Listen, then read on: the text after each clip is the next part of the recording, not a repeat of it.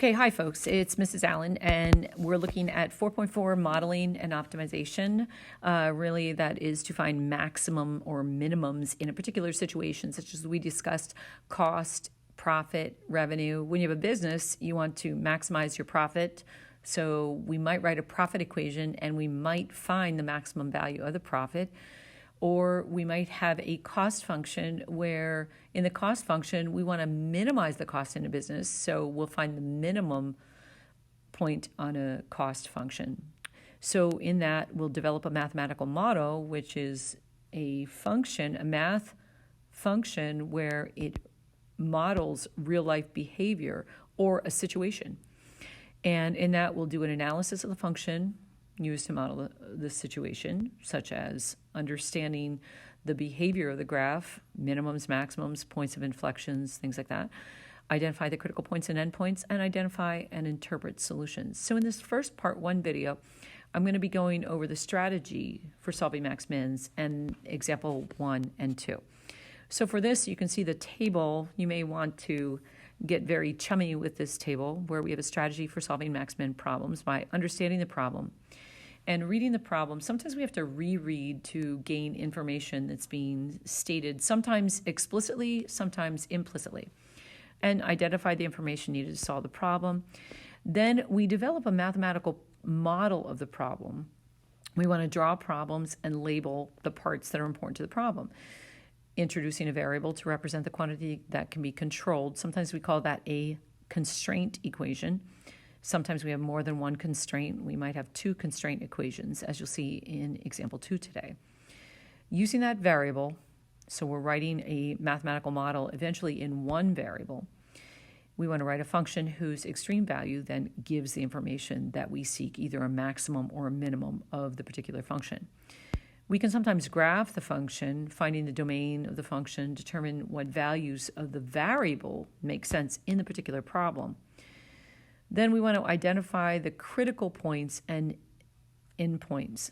Sometimes the endpoints of an interval, given a particular domain, are where you have the max or min. Sometimes it's the critical points. And remember when we did the closed interval method using the candidates test and the extreme value theorem, we said that on a closed interval, a function that is continuous always has a max or a min. So we'll use the critical points and the endpoints to determine that. Then solving the mathematical model, if unsure of the results, support and confirm your solution with one another, and then interpret the solution. Translate your mathematical result into the problem set and decide whether the result makes sense. So what we're going to do in example 1 is a problem that you could do in algebra 2, and we've discussed this a little bit, where we want to find two numbers whose sum is 20 and their product, that's what we want to optimize, is as large as possible. You can hear that, as large as possible. So we're looking for a maximum product. So you can see where I'm reading the question, I say, find two numbers. I'm just going to choose x and y because I don't know what they are, but I know their product, x times y, is as large as possible. Okay, so I start off, you can see that there's a graph provided for you. I have a little bit of information on there, but let me just highlight as we go along that you see in step 1, that's the first sentence that you have there. The sum, the two numbers whose sum is 20. And then after that, I want their product to be as large as possible. So all I know at this point, and I use the letter P, is that their product is as large as possible. Okay, so that's the equation that I'm optimizing. I only have one constraint equation that says the sum is equal to 20. So what I do is I'm going to take equation 1 and I'm going to get this equation y is equal to 20 minus x to substitute for y. Because what we want to do is write a mathematical model in one variable. So when I solve for y, I take my product equation, p, and I can make it a p of x by saying it's, instead of xy, it's x times 20 minus x. And so I end up with this nice little equation where I have p of x is equal to 20x minus x squared. That is my optimization equation. Now, in order to find the optimum value, or the maximum in this case, we're going to come over here to step 3, and I'm going to write p prime. P prime is then 20 minus 2x solving it for 0 because we're dealing with a line, so that's never going to be undefined. So I only have to concern myself with critical numbers when the derivative is equal to 0, and where I get x is equal to 10. So now, if we wanted to, we could do the first derivative test to clinch the fact that it is in fact a minimum. But this graph that we produce from p of x is a parabola, and it's concave downward. So you realize that there are a couple ways that you could do it and reason it with algebra 2 principles. That you know that the domain of the function is from 0 to 20, and that halfway in between you have the vertex right up at the top that would have to be at a value of 10, half of the distance from 0 to 20, because that's the nature of a parabola where you have the axis of symmetry at 10, x is equal to 10. So you can see that we did the first derivative test here on this step on a number line, and we go from 0 to 20, but you can see the derivative p prime is positive to the left of 10, which means that the function is increasing, and that would be here, okay, and then negative to the right. So I should make that a different color. Let's make it orange. Negative to the right, so you can see that the derivative is negative, but p prime is negative, and the graph is decreasing, okay? So with that in mind, we have our information, and we can say that, okay, well, we know that 10 is our minimum, or it produces a maximum, for p of x. So then we go back and find our y because we want to find the two numbers. So the two numbers to answer the question, the numbers that we're looking for, are x is equal to 10 and y is equal to 10 as well. And you could say, well, what would their product be? And that's easy, but that's not being asked in this question. If that's what they were asking, you would say, well, the product is 100. Okay, so we've got the two numbers whose sum is 20. Okay, you can take a look at that, pause your video if you need to. So now in this one, I kind of outline the process that we go through where we understand the problem and we develop a mathematical model. So in this particular problem, it says the rectangle is to be inscribed under the arch of the sine curve. What is the largest area the rectangle can have? And what are the dimensions of the rectangle? So to understand the problem, I think about, well, this is the graph of the sine x, the sine curve. And it's to be inscribed under the arch of a sine curve. I only need to take one arch, and that would go from 0 to pi, okay? So there's symmetry in both y is equal to the sine x and the rectangle, as I stated in the first bullet. Then I consider, well, what kind of information do I have here? If you look at my diagram in the second bullet, I've got a rectangle in pink, and then I've got a distance that is x units from the origin. And because of the symmetry, there would be x units on the right-hand side of the triangle as well, under the curve. So, and I have that in the diagram for the graph. Now, when we say we want to optimize the area of the rectangle, if you take a look at this picture, the picture shows that the rectangles could have different sizes, of course, and different areas, and yet the base would still be pi minus 2x. Okay, and then the height would still be the sine x function where it would reach a point. Now, the thing is with this, we want to find the maximum area. Okay, we're optimized. What is the largest area? So when I read a problem like this, I start to say, okay, that's what we're optimizing, the area. Okay, and then I think when we say we're optimized, we also want to be clear that it's a maximum. Okay.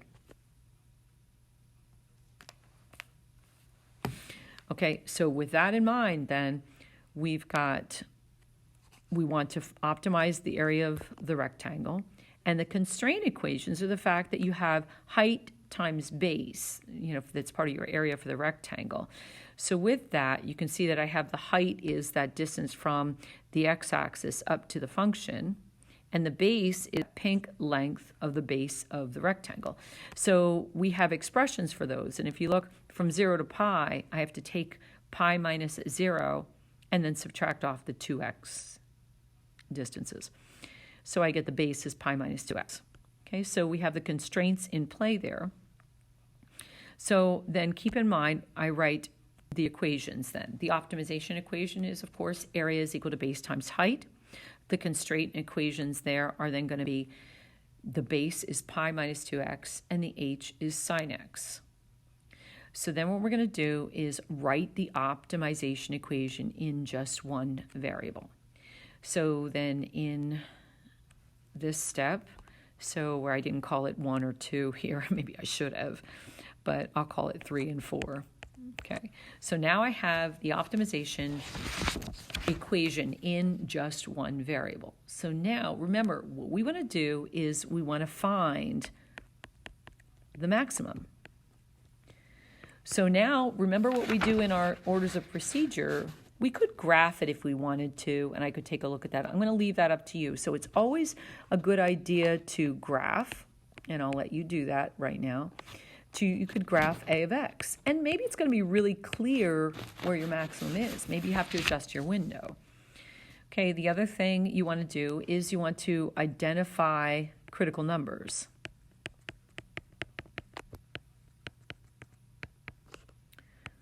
Of a prime, right? So we're going to take a prime. Now you notice we have a of x is a product. So we're going to have to use the product rule to find the derivative. So here I have a prime of x. A prime of x is equal to, first, pi minus 2x times the derivative of the second is cosine x, plus the second sine x times the derivative of the first is negative 2. So I think the only thing that I would really do is say a prime of x is equal to pi minus 2x times cosine x. I think I'll just leave it like that. And then minus 2 sine x for my function. Okay, now this is the kind of problem where you're not going to be able to solve this, so you're going to need to get your graphing calculator for this. This is one where you're going to use your graphing calculator to evaluate this. So what I'm going to tell you to do is I want you to put y1 in as your function a of x. So pi minus 2x, remember to use your parentheses, times sine x. And then make y2, so you're going to use either your TI-84 or your Inspire, whatever graphing calculator you have available on your iPad. So y2 then we're going to put in pi minus 2x times cosine x. And then we've got this minus 2 sine x. Okay? So now for the graph of A, so y1, here's these two with the TI-84. For the graph of y1, your y1 graph should look like this. Where it comes up, you have a definite maximum value, and you can kind of see where the slope, in other words, a prime would equal 0 at the max. Okay, and that would be at, let's just call it like this, the maximum point. Where we're going to put that, we're going to move this here. So we're looking for the maximum point, and that would be at the point 0.71046. And it looks like, oh, I'm sorry, a prime is equal to 0, but remember this is the graph of a of x, right? So I have a y value of 1.122 for that one. Then I have y2, and y2, I'm going to graph a prime. So y2 is going to be a prime of x. So for me, my window looks something like this, where my graph is kind of going down, little concavity switch, right? Where it might go like this and then like that. Nonetheless, here's your axes. I'm going to put the axis on this like that. Okay. Where on the graph of a prime of x, it looks like it crosses your x-axis at 0.71046, 0. So the two graphs agree in terms of the value where the max occurs. So getting used to using both the graph of the function and the graph of the derivative is extremely helpful. So what we're going to do is it says, what is the largest area the rectangle can have? So we're going to round to 5 digits, and then in the end, we'll round to 3. So for step 6, what we're going to do is we're going to say, okay, well then x is equal to, so remember what, you have base times height. So we want those dimensions. So we have the base is equal to pi minus 2x. And the height is equal to sine x. So we just want the dimensions. So we're going to take our base is then going to be pi minus 2 times 0.71, 0.71046, taking it out about 5 digits. Always round your answer in the end to 3 digits for the AP standard. And then h is equal to sine of 0.71. Now think about what 0.71 is. Sine of pi is 1.57, in the neighborhood of that. So this is about half of that. Think pi over 4, right? Pi over 4 is about 3/4. So a little less than that, actually a little more than 3/4, maybe a 0.78. But so this is somewhere in the first quadrant, radian degree measures. Okay, 0, 4, 6. So if I wanted the area, now here's our dimensions. And these are just in units. So these are the dimensions for the maximum area.